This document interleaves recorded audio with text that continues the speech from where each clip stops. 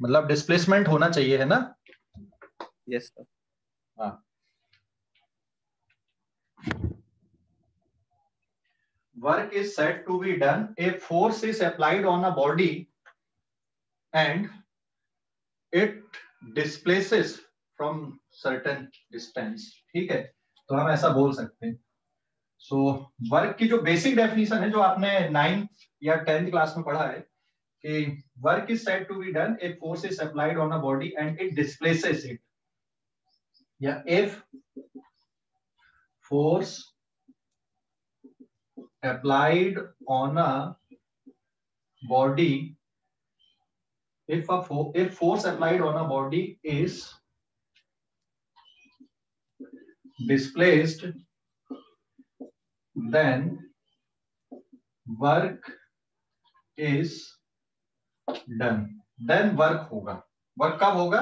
अगर force apply करने से बॉडी डिस्प्लेस होती है तो वर्क होगा। ठीक है। Hello sir. हाँ बोलो। सर मैं ये एंटर कर रहा सर। हाँ कर लेना बेटा, री एंटर कर लेना। If force applied on a body is displaced then work is done. या कोई force, if force applied on a body या force act on a body, then नया टॉपिक चल रहा है ये। क्या बेटा? ये नया टॉपिक है क्या? हाँ नया टॉपिक है अभी, तो वर्क होगा। अभी यहाँ पे देखो, मैं कुछ सिचुएशन यहाँ पे ड्रॉ कर रहा हूँ, फिर आपको बताना है वर्क डन। ये मान लो एक बॉक्स आपने लिया यहाँ पे and the surface is rough. ठीक है, एंड जो बॉक्स है ये, इस पे अप्लाइड फोर्स ऐसा कुछ लगा दिया आपने, this is the applied force. And ये जो बॉक्स है ये यहां से यहां तक डिस्प्लेस होकर आता है। ये बॉक्स यहां से यहां तक डिस्प्लेस होके आया। ठीक है, दिस इज दियर डिस्प्लेसमेंट, और डिस्प्लेसमेंट के साथ में यहाँ पे 5 डिग्री का एंगल है। तो जो बॉक्स है ये इतना डिस्प्लेस हुआ है यहाँ पे। ठीक है, समझ गए? अब सिर्फ यही अकेला फोर्स लग रहा है कि और भी फोर्सेस लग रहे हैं यहाँ पर? अगर हम और दूसरे फोर्सेस की बात करें तो इस पे mg हो गया, नॉर्मल रिएक्शन हो गया, और काइनेटिक फ्रिक्शन हो गया। समझ गए ना कितने फोर्सेस लग रहा है इस पे? mg normal, and this is the applied force, and this is the kinetic friction. और ये बॉक्स यहां से यहां तक डिस्प्लेस होकर आया। ठीक है, दिस इज दियर डिस्प्लेसमेंट। तो S is their displacement here, S is displacement, ये इसका डिस्प्लेसमेंट है। और ये इनिशियल पोजीशन हो गई, ये फाइनल पोजीशन हो गई। ठीक है, तो अब यहाँ पे हम वर्क की जो मैथमेटिकल डेफिनेशन है उस पे आ रहा है कि भाई कितना वर्क हो गया। जैसे यहाँ पे सिर्फ ये पता चल रहा है ये इस डेफिनेशन से कि फोर्स लगाया, ऑब्जेक्ट में डिस्प्लेसमेंट हुआ। ठीक है, तो वर्क हुआ, बस इतनी कहानी पता चल रही। बट कितना वर्क हुआ, how much work is done? जैसे हम एनर्जी की बात करते, या वेलोसिटी की बात करते, या स्पीड की बात करते, हाउ मच। तो वैसे ही अब यहाँ पे कितना वर्क डन हुआ, कौन से फोर्स ने कितना वर्क डन किया। जैसे अप्लाइड फोर्स का वर्क डन अलग होगा, नॉर्मल का अलग होगा, mg का अलग होगा, काइनेटिक फ्रिक्शन का अलग होगा। एक ही बॉडी पे एक ही टाइम पे देखो यहाँ पे 4 फोर्सेस लग रहे हैं, तो चारों फोर्सेस के कारण इस डिस्प्लेसमेंट के लिए वर्क डन अलग अलग होगा। ठीक है, तो अब हम आ रहे हैं यहाँ पे इसकी मैथमेटिकल डेफिनेशन पे। तो मैथमेटिकल डेफिनेशन क्या है देखो वर्क डन की। Work done is defined as F dot S, this is F dot S. और जब आप यहाँ पे डॉट प्रोडक्ट हटाते हो तो इसको लिखा जाता है magnitude of S, magnitude of displacement into cos theta. या सिंपल आप लिख दो यहाँ पे, it is F into S into cos theta. तो वर्क डन आप इस तरह से लिखते हो। ठीक है, ये ऐसा। तो ये बेसिक डेफिनेशन है। वेयर थीटा क्या है यहाँ पे, where theta is angle between, इसके बीच में angle, angle between force vector and displacement vector. Force vector और डिस्प्लेसमेंट वेक्टर के बीच में ये एंगल है। तो मैथमेटिकली वर्क डन को आप इस तरह से लिखोगे mathematically the work done is defined by this. ये मैथमेटिकली आप ऐसे कैलकुलेट करोगे वर्क डन को, ठीक है। ये तरीका हो गया वर्क डन कैलकुलेशन का, समझ गए ना? Work done no sir, calculation का ये तरीका नहीं नहीं, ये नहीं सर, मैथमेटिकली ऐसे कैलकुलेट करोगे, या तो एफ डॉट एस लिखोगे या फिर एफ एस कॉस थीटा लिखोगे। एफ क्या हो गया मैग्नीट्यूड और एस क्या हो गया डिस्प्लेसमेंट, और थीटा किसके बीच में एंगल हो गया यहाँ पे, फोर्स और डिस्प्लेसमेंट के बीच में। तो मैथमेटिकली वर्क को आप इस तरह से कैलकुलेट करेंगे, समझ गए या नहीं? मैथमेटिकली तो वर्क के लिए इसमें ओवरऑल फॉर्मूला कौन सा है?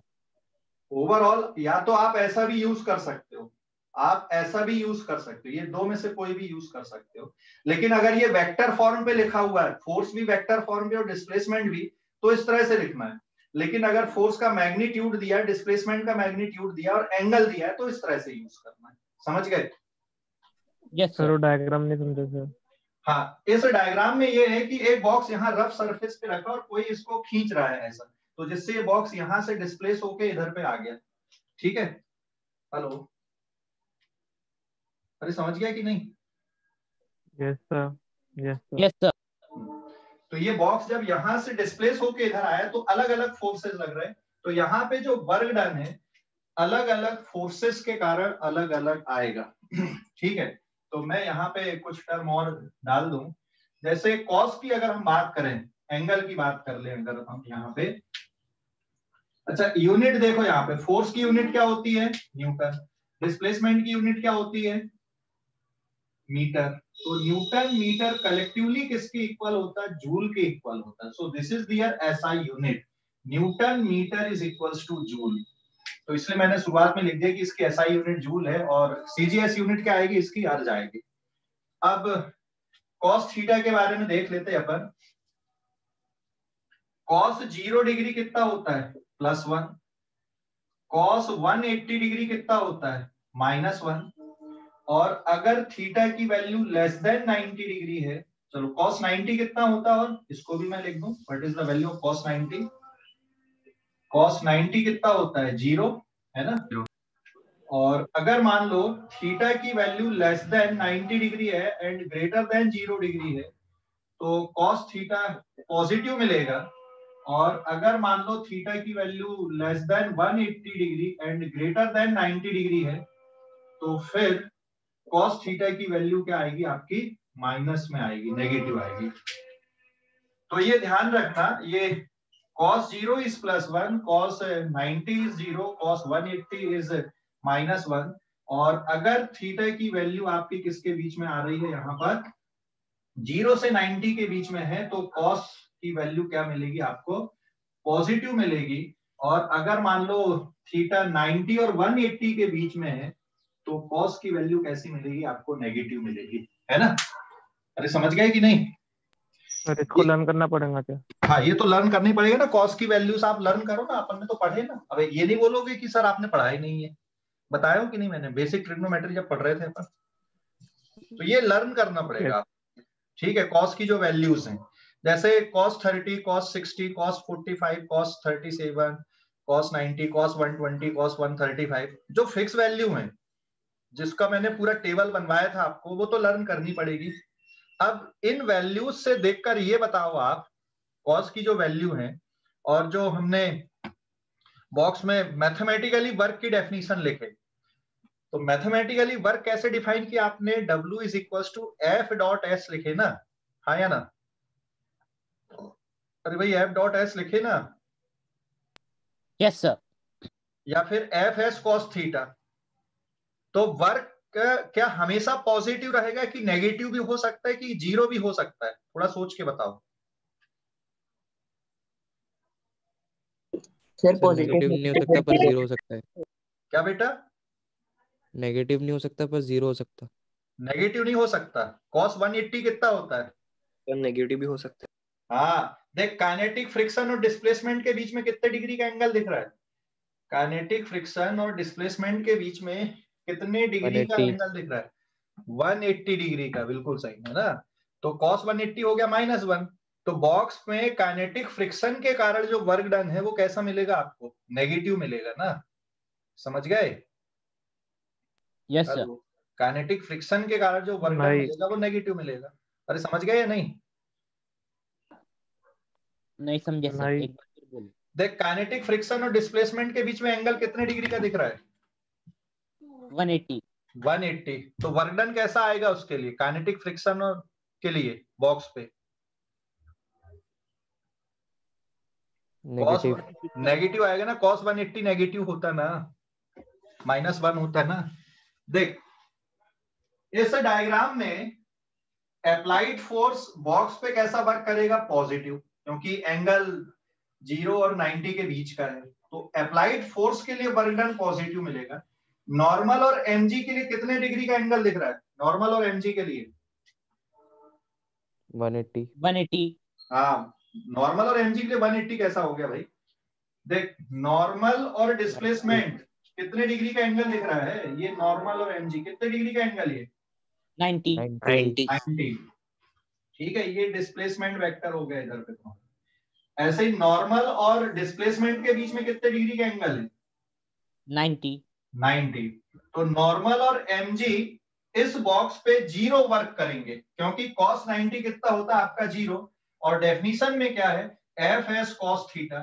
cos 90 अगर हो गया तो cos 90 की वैल्यू 0, तो फिर वर्क डन कितना मिलेगा आपको? 0 मिलेगा। अभी यस सर। समझा?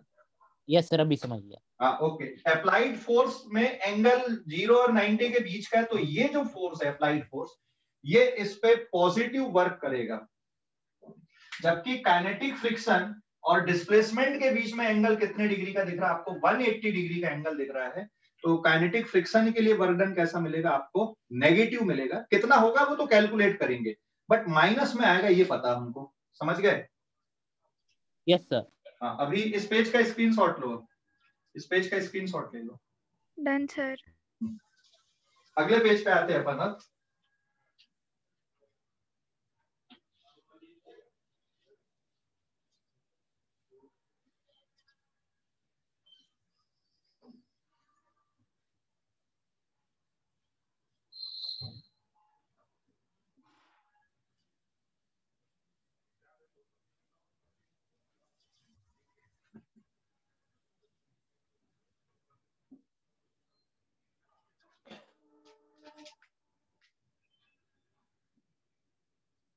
देखो भी आगे यहाँ पे, this is page number 2।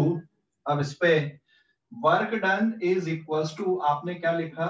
Force into displacement into cos theta. तो work done can be positive, negative और 0। Work done can be positive, can be 0, can be negative. तो वर्क डन पॉजिटिव कब आएगा? थीटा किसके बीच में एंगल है? Theta is angle between force vector and displacement vector. Theta किसके बीच में एंगल है? फोर्स वेक्टर और डिस्प्लेसमेंट वेक्टर के बीच में एंगल है। कुछ भी हो सकता है ना? कुछ भी हो सकता है वो एंगल। अभी आपको ये देखना इसमें कि पॉजिटिव वर्क कब मिलेगा? तो पॉजिटिव वर्क तब मिलेगा बेटा जब थीटा लेस देन 90 डिग्री हो and greater than equals to 0 degree हो। तो थीटा की वैल्यू अगर किसके बीच में आ रही है?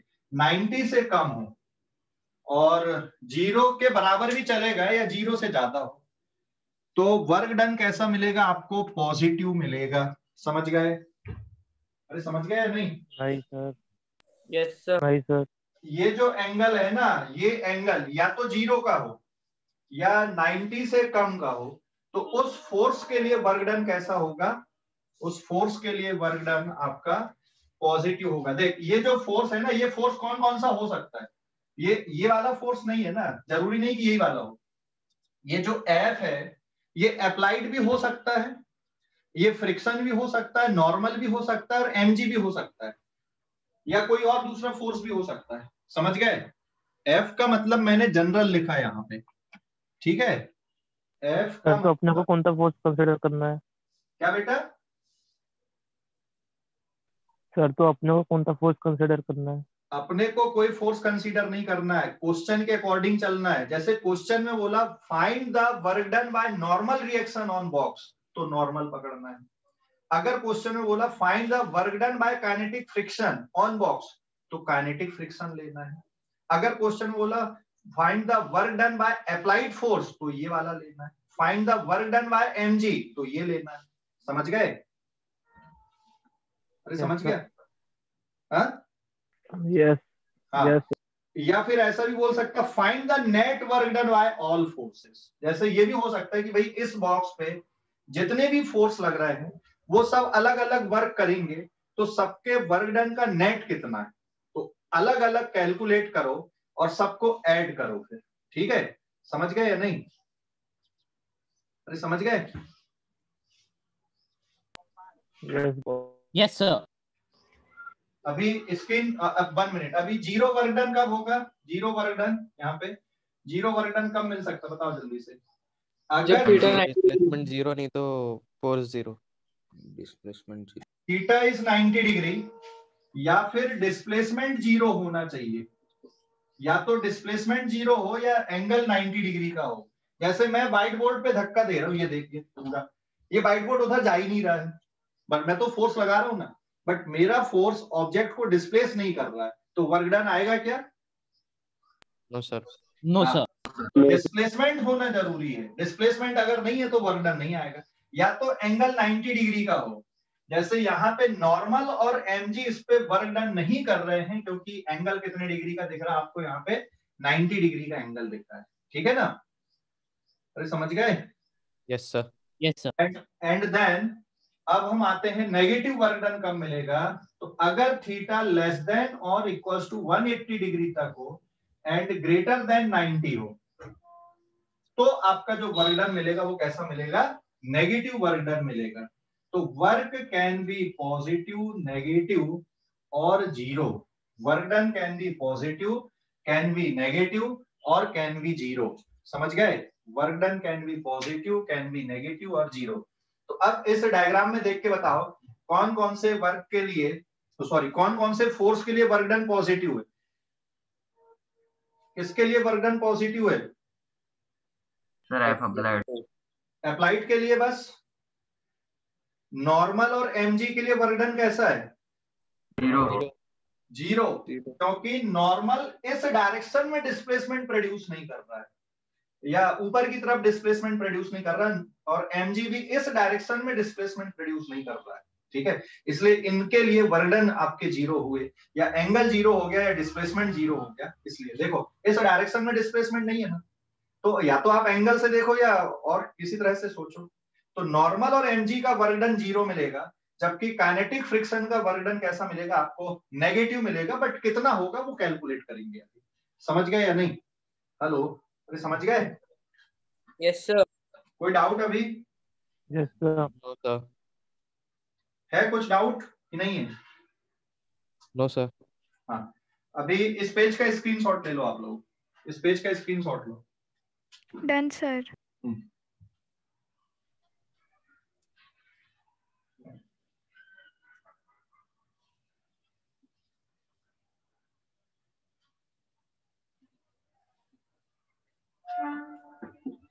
जैसे इसको अपन एक एग्जांपल ले लें, इसको एक बेस ले लें अपन, और अब यहां पे देखते हैं अपन नाउ वर्क डन बाय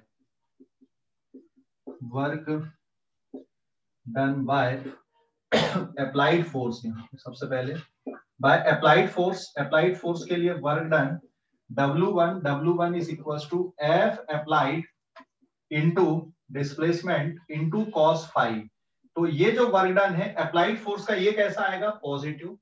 दूसरा बाय अप्लाइड फोर्स की जगह पे अब नॉर्मल देख लो, नॉर्मल के लिए वर्क डन कितना आएगा बेटा? W2। दिस इज नॉर्मल के लिए कितना आ गया? ये नॉर्मल हो गया है ना, ये अप्लाइड के लिए हो गया। तो इसके लिए आएगा normal into displacement into cos 90, और cos 90 हो गया तो zero.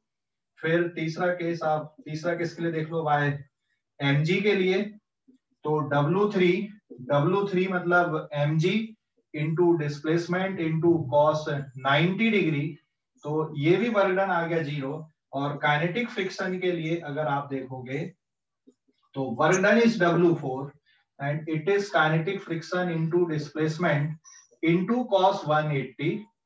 So the work done is negative. कितना होगा अभी हमें नहीं पता, बट ये वैल्यूज हमको यहाँ पे पता चली। समझ गए अब? अरे समझ गए? हेलो, समझ गए या नहीं? हाँ, यस सर। तो work done bye sir. Right force यहाँ पे कैसा है? पॉजिटिव है। Work done by normal reaction 0 है क्योंकि एंगल 90 डिग्री का है। Work done bye mg is also 0 here. इस सिचुएशन में 0 है। हो सकता है कोई दूसरी सिचुएशन मिले जहां पे नॉर्मल भी वर्क डन करे और mg भी वर्क डन करे, ठीक है? अरे समझ गए कि नहीं? Yes, sir. हाँ, तो इस सिचुएशन में वर्क डन 0 है। तो किसी फोर्स के लिए हमेशा वर्क डन 0 कब मिलेगा? अगर उसका डिस्प्लेसमेंट के साथ में एंगल 90 डिग्री का बनना रहे, तो हमेशा वर्क डन कैसा मिलेगा? आपको 0 मिलेगा। ध्यान रखना, ठीक है? छोटी छोटी बात है ये। अरे समझ गए या नहीं? Yes. हाँ, ये पेज नंबर कौन सा है? 3, और इसका आप लोग लोगे screenshot. This is page number 3। Screenshot लो बेटा इस पेज का। Done, sir. हो गया सर। हो गया?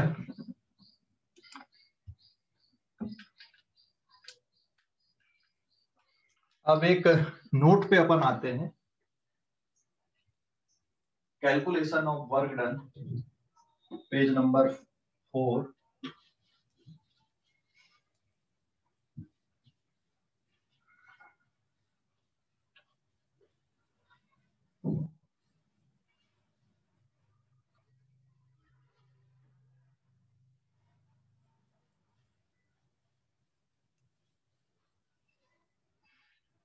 Now page number 4, calculation of work done, note पे है ये।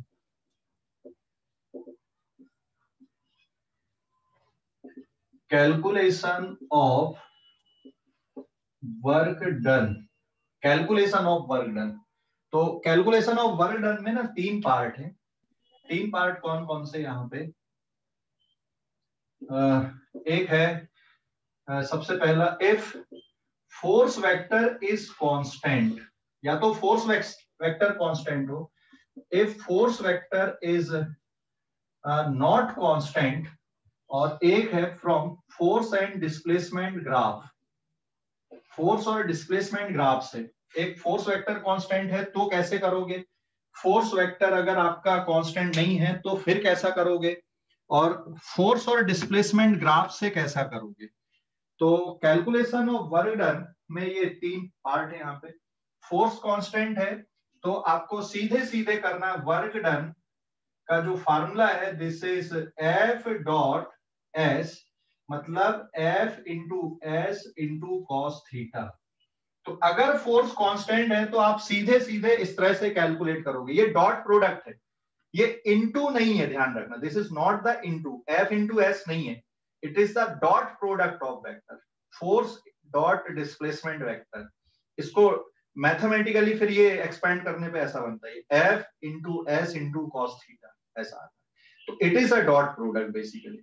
तो फोर्स अगर कांस्टेंट है आपका तो आप सीधे सीधे कैलकुलेशन करोगे, और अगर आपका फोर्स वेरिएबल दिख रहा है, ठीक है, वेरिएबल फोर्स है, तो सबसे पहले आप infinite small work done calculate करो, that is equals to F dot ds, या फिर ये बन जाएगा आपका F ds cos थीटा, जहां पे थीटा F और ds के बीच में एंगल है। और जब आपको टोटल वर्क डन कैलकुलेट करना है तो फिर इसको इंटीग्रेट करना पड़ेगा F डॉट S को, ठीक है, F डॉट ds को, या फिर F into ds into cos theta, तो फिर वर्क डन कैलकुलेट होगा। तो अगर फोर्स कांस्टेंट नहीं है बेटा तो फिर इस तरह से करोगे। बट वन थिंग, मैं जब क्वेश्चन बताऊंगा तभी समझ में आएगा कि यार ये कैसे, या इसका कैलकुलेशन कैसे देख रहा है। एंड जो तीसरा पार्ट है, ये ग्राफिकल मेथड होता है कि अगर मान लो फोर्स और डिस्प्लेसमेंट के बीच में ग्राफ है, इधर पे आपने इसको न्यूटन में ले लिया और डिस्प्लेसमेंट आपने मीटर में ले लिया, और ये ग्राफ ऐसा कुछ बना है, तो आपको A से लेकर ये B तक का जो डिस्प्लेसमेंट हो रहा है, तो इतने पोर्शन का एरिया आपको लेना है। This is the area under displacement axis.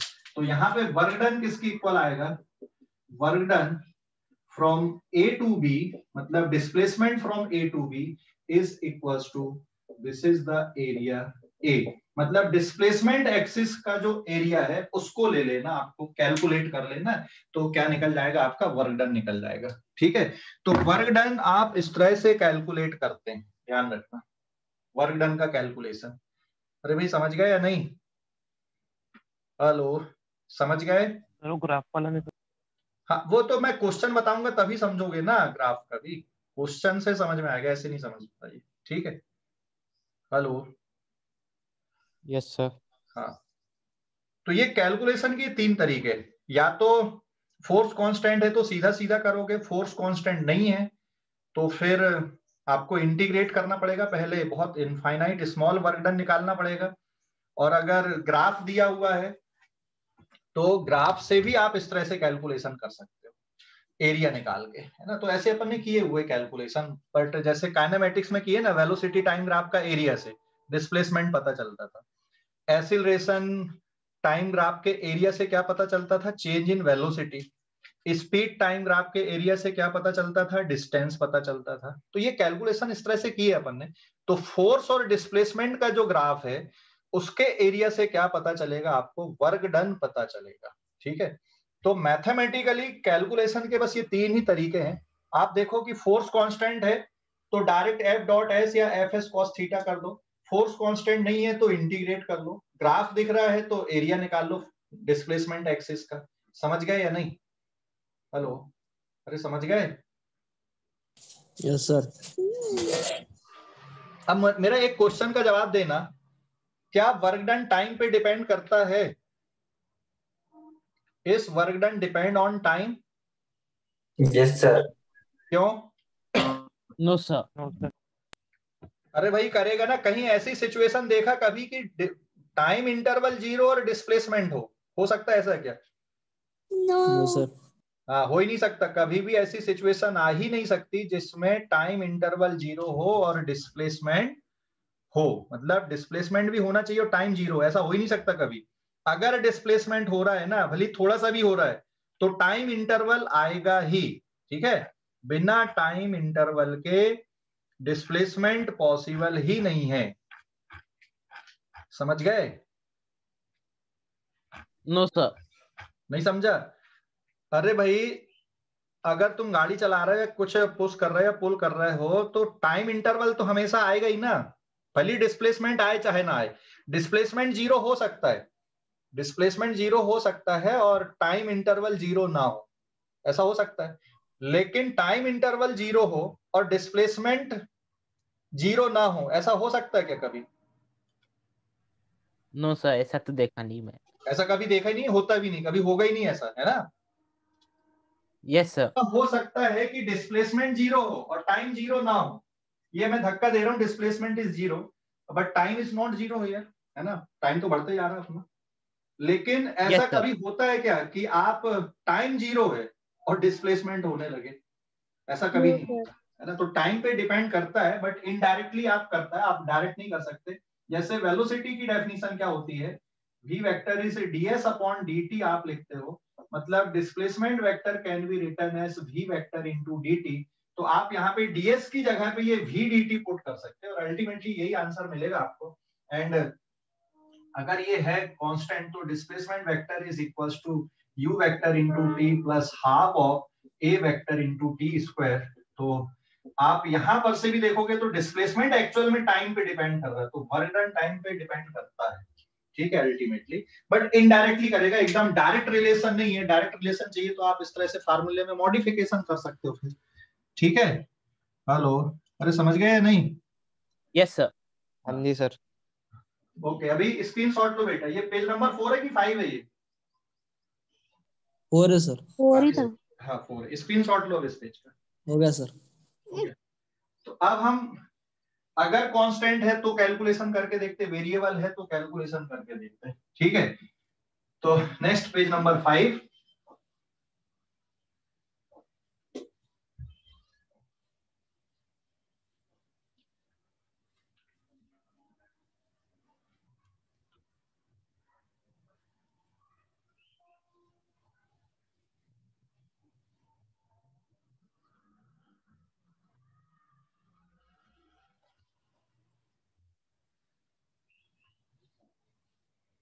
Now this is page number 5.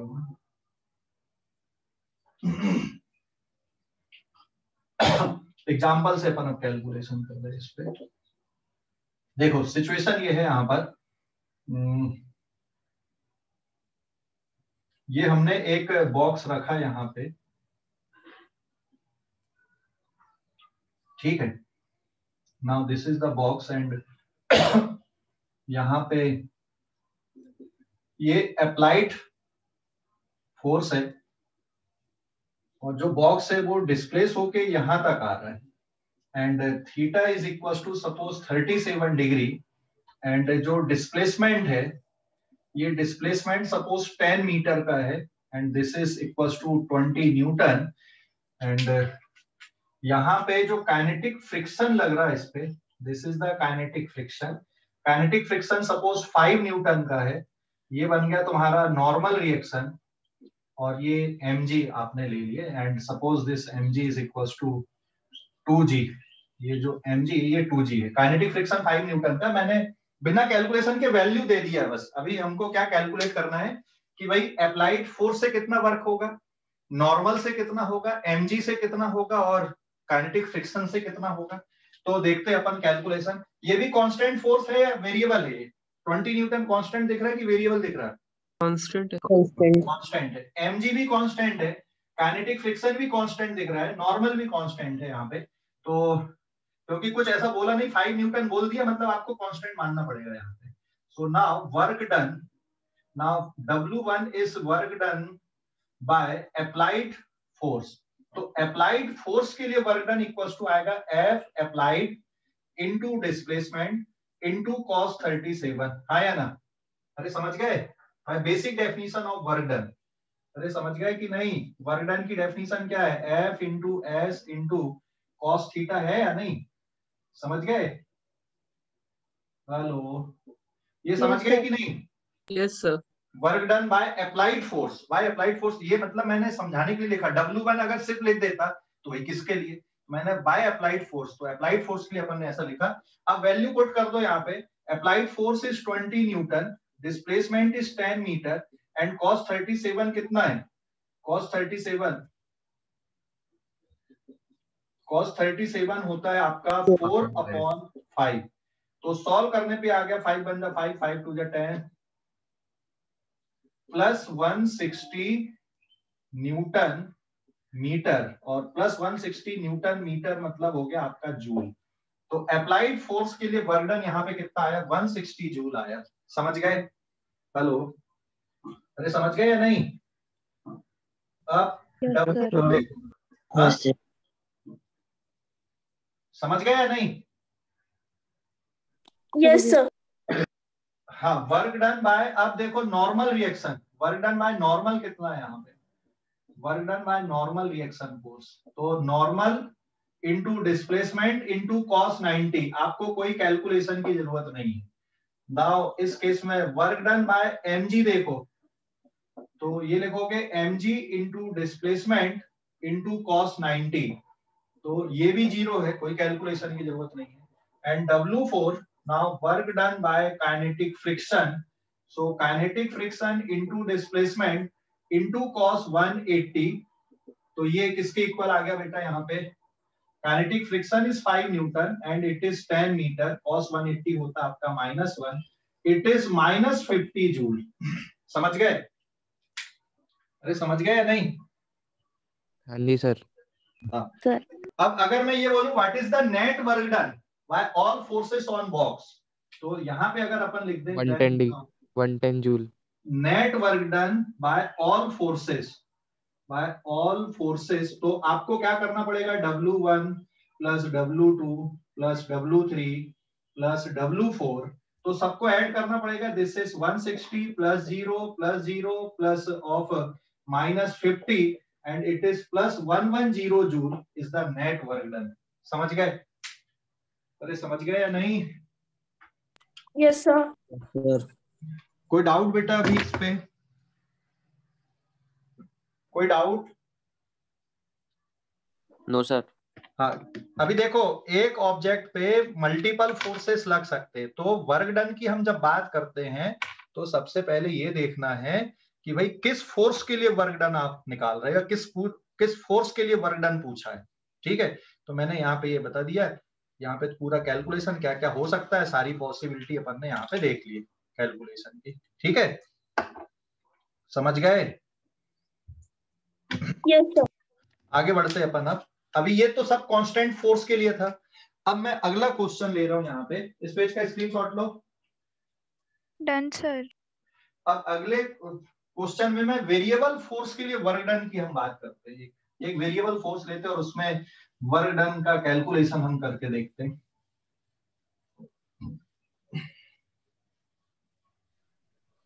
Sir screenshot तो लेने दिया करो। अरे बोला तो था, तो उन्होंने डन बोल दिया तो मैं मिटा दिया। सर वो एक लड़की बोल मैंने देती नहीं डन, सर, वो आप तो लड़की मिटा देते। कोई बात नहीं, वो शेयर कर देगी ग्रुप में। सर वो ग्रुप में शेयर कर देगी वो। किसने बोला था? मिताली था? मिताली? आर्या सर, मैं शेयर आर्या। कर नहीं देती सर। हूँ। हाँ आर्या, हाँ तो क्या सर, वो कहते बहुत हैं? जोर से चिल्ला के बोली सर ने एकदम सर, वो पूरा हेड पर। हाँ ठीक है भाई, अभी रुक जा, अभी लड़ो मत, अभी कर दो। आगे से ध्यान रखूंगा, 2 मिनट तक रुकूंगा तुम्हारे लिए।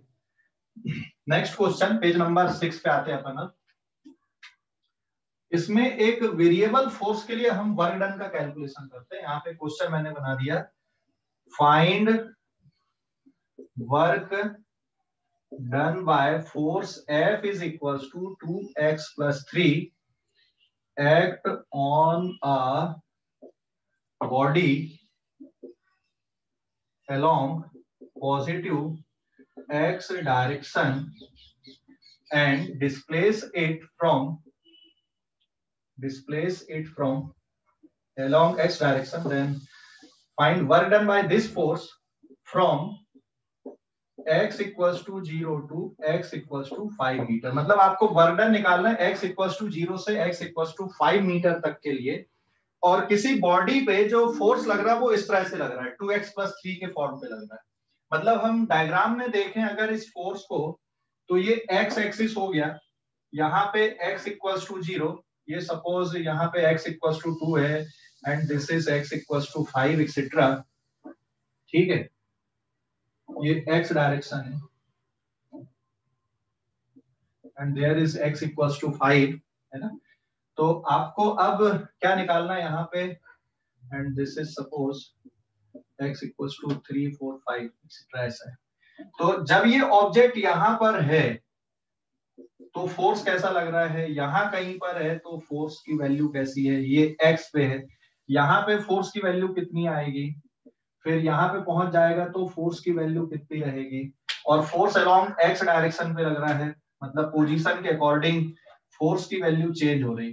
तो यहाँ पे ये अप्लाइड फोर्स कितना रहेगा, यहाँ पर कितना रहेगा, दिस इज अप्लाइड फोर्स, यहाँ पे वैल्यू कितनी रहेगी, है ना।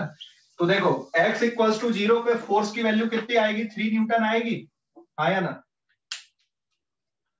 अरे समझ गए कि नहीं, यहाँ पे 2 इंटू 0 प्लस 3, ये x पोजीशन है तो इट इज 2x प्लस 3, यहाँ पे 3 है तो ये है 2 इंटू 3 प्लस 3, मतलब कितना हो गया 9, और जब 5 पे है तो ये वैल्यू आएगी 2 into 5 plus 3, it is 30 Newton. समझ गए कि नहीं। तो फोर्स कांस्टेंट दिख रहा है कि बदलते जा रहा है, बदल रहा है।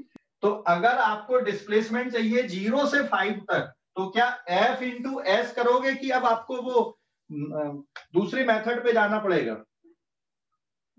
दूसरी मेथड, दूसरी मेथड मतलब जिसमें आप इंटीग्रेट करते हो।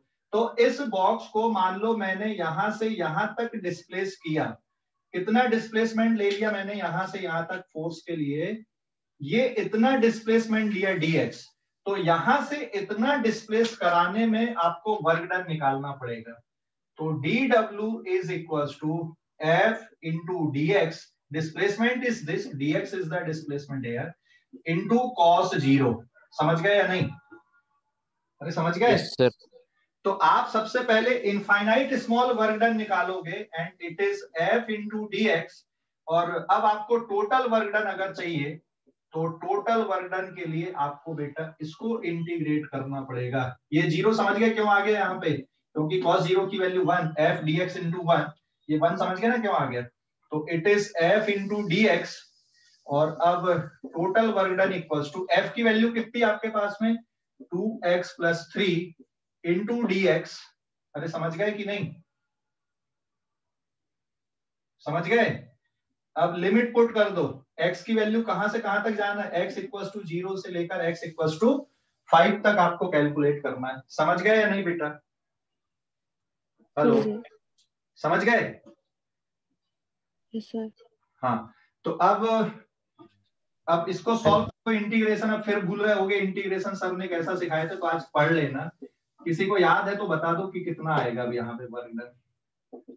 इसका इंटीग्रेशन कितना बचेगा, 2x square by 2 plus 3x, है ना, और लिमिट 0 से 5, 2 से 2 कैंसिल हो गया, x square plus 3x, limit रहेगी 0 से 5, तो it is 5 square plus 3 into 5, and फिर आपका आएगा minus of 0 square plus 3 into 0, तो ये टर्म होगा 0, 25 प्लस 15, 25 प्लस 15 इज 40 जूल। तो वर्क डन कितना मिला आपका यहाँ पे, 40 जूल के बराबर का वर्क डन मिला। समझ गए? हेलो, अरे हेलो। हाँ बोलो। हाँ सर समझ गया। स्क्रीनशॉट ले लो अब इस पेज। तो नहीं जमा सर, नहीं जमा? कहाँ से नहीं जमा अभिषेक? सर कैलकुलेशन नहीं जमा, ठीक है। F D x into F D W, समझ गया? डी डब्ल्यू समझ गया? नहीं। देख, जब भी वेरिएबल फोर्स वाले क्वेश्चन होते हैं तो वर्क डन निकालने के लिए सबसे पहले क्या करना पड़ेगा आपको, डी डब्ल्यू निकालना पड़ेगा। किसी एक्स पोजीशन से डीएक्स डिस्प्लेस करने के लिए वर्क डन कैलकुलेशन करना पड़ेगा। ये वाला वर्क डन आप निकालो कि भाई यहां पर के लिए वर्क डन कितना है, ठीक है? अरे समझ गए सर। हाँ सर अगर वहाँ पे जो एंगल है वो दूसरा रहता तो उसकी डीएक्स डीडब्ल्यू की वैल्यू अलग आती ना? हाँ, डी डब्ल्यू की वैल्यू अलग आती। मान लीजिए फोर्स ऐसा कुछ लगता है और कुछ एंगल बनता है, तो यहाँ पे कॉस थीटा की जगह कुछ एंगल लिखते ना आप, 37 लिखते, 30 लिखते, 45 लिखते, जो भी एंगल होता वो लिखते। तो एफ डीएक्स इंटू फिर कुछ वैल्यू और बनती, तो फिर डी डब्ल्यू में एफ डीएक्स और कुछ न्यूमेरिकल वैल्यू आ जाती है यहाँ पे, 1/2 या फिर √3/2 या जो भी आना है। समझ गया? यार एक वैसा भी ले लो ना। अभी पहले इसको तो कर, तो पहले आएंगे ना, पहले अभी हो गया, समझ गया। अभी समझ गया? नहीं समझा ना, हमें को नहीं। अभी किसने पूछा था ये कैलकुलेशन, किसने पूछा था? हाँ, ये वाला कैलकुलेशन बेटा इधर का। यस। हाँ देख, ये वाला जो कैलकुलेशन ये इंटीग्रेशन वाला है। अब तू यहाँ पे वर्क को मत समझ, अब तू डेफिनिट इंटीग्रेशन समझ कि यहाँ से डेफिनिट इंटीग्रेशन जो हमने पढ़े वो किए। वर्क का तो यहाँ तक कहानी खत्म हो गई, उसके बाद अपन ने जो बेसिक मैथ्स में इंटीग्रेशन पढ़े ना उसको समझ कि भाई यहाँ पे हमने क्या किया, इंटीग्रेशन किया। कोई ये बताएगा कि 0 से लेकर 5 तक ही क्यों लिखा हमने यहाँ पे, लिमिट 0 से 5 तक ही क्यों लिखा है, लिमिट 0 से 5 तक ही क्यों लिखा है, कुछ और लिमिट क्यों नहीं लिख दिए? सब क्वेश्चन में ही दिए। हाँ क्वेश्चन में दिया है ना, ये देखो ये क्वेश्चन में लिमिट दी है कि 0 से 5 तक कैलकुलेट करना है, इसलिए यहीं तक लेना है, ठीक है। और अब इसके बाद तो ये पूरा डेफिनिट इंटीग्रेशन जहां पे पढ़े हमने वो वाला पोर्शन, ठीक है, समझ गए? हेलो, अब इसी में अटक गई होगी गाड़ी की सर ये डेफिनिट इंटीग्रेशन, अरे तो मैं तो भूल ही गया, अब ये कैसे करूंगा। ये भी है क्या कोई डेफिनिट इंटीग्रेशन, दिमाग से स्लिप हो गया हो? हाँ कोई बात नहीं बेटा, अभी आज देख लेना, कॉपी है, कंप्लीट किया है कि नहीं कॉपी? Sir 1 minute. हाँ हाँ ले लो।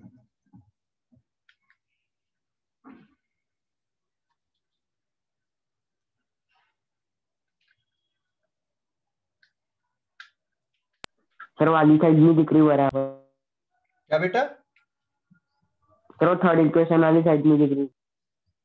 वो बराबर नहीं दिख रही, अरे वो एक तो 0 का स्क्वायर है प्लस 3 इंटू 0 है ना वो, ठीक है, देखिए है यहाँ पे 0 का स्क्वायर समझ गया, अपर लिमिट लगाया अपन ने तो 0 का स्क्वायर प्लस 3 इंटू 0 ऐसा ही। अभी दिख रहा है? Yes sir. हाँ, ले ले, अभी स्क्रीनशॉट ले लो। हो गया? हो गया क्या?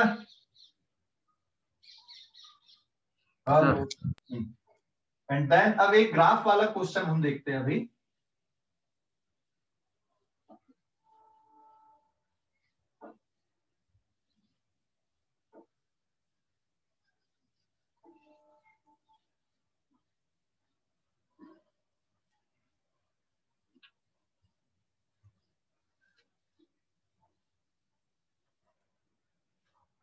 नाउ पेज नंबर 7, एक क्वेश्चन और ग्राफिकल क्वेश्चन।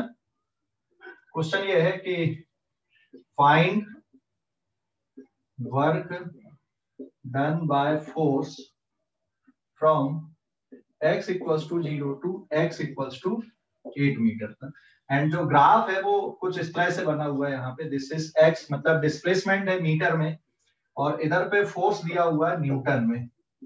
ये डिस्प्लेसमेंट है इस साइड पे, ठीक है। एंड जो ग्राफ है वो ऐसा कुछ है, ये ऐसा। And now this is 4 and this is x equals to 8, और ये वैल्यू कितनी यहाँ पे 20 है। तो समझ गए ना, 0 से लेके 8 मीटर तक आपको वर्क डन निकालना है इस ग्राफ से। फोर्स और डिस्प्लेसमेंट के बीच में ग्राफ दिया हुआ है। क्वेश्चन समझ गए? क्वेश्चन समझ गए?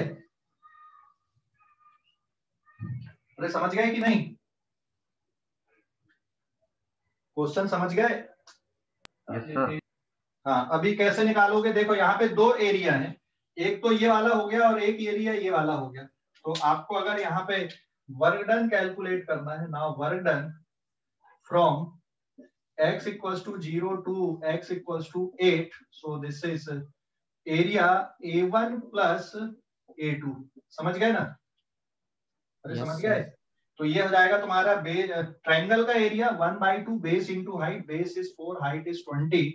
एंड दूसरा वाला एरिया रेक्टेंगल आपको दिख रहा है, इट इज 8 माइनस 4 इंटू 20। तो सॉल्व करने पे 2 2 जा 4, इट इज 40 जूल प्लस ये कितना बचेगा 4 into 2 80 joule. So this is 120 joule का क्या हो रहा है यहाँ पे वर्क डन हो रहा है। तो ग्राफ से आप इस तरह से कैलकुलेशन कर लोगे, ठीक है? समझ गए क्या? Yes sir. क्या? हाँ सर। अभी स्क्रीनशॉट ले लो अब इस पेज का भी, पेज नंबर 7। तो ग्राफिकल कैलकुलेशन कैसे किए देख लो यहाँ पे, है ना? बहुत आसान है। सर ग्राफ बनाने को भी आता है?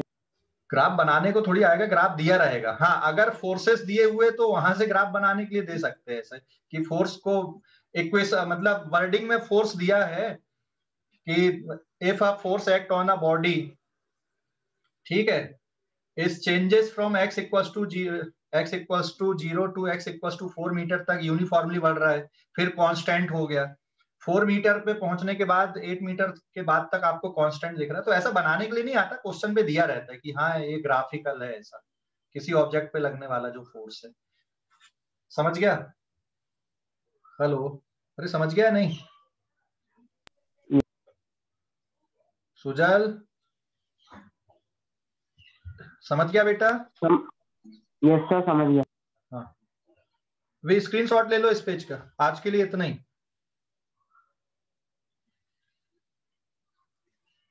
ले लिए?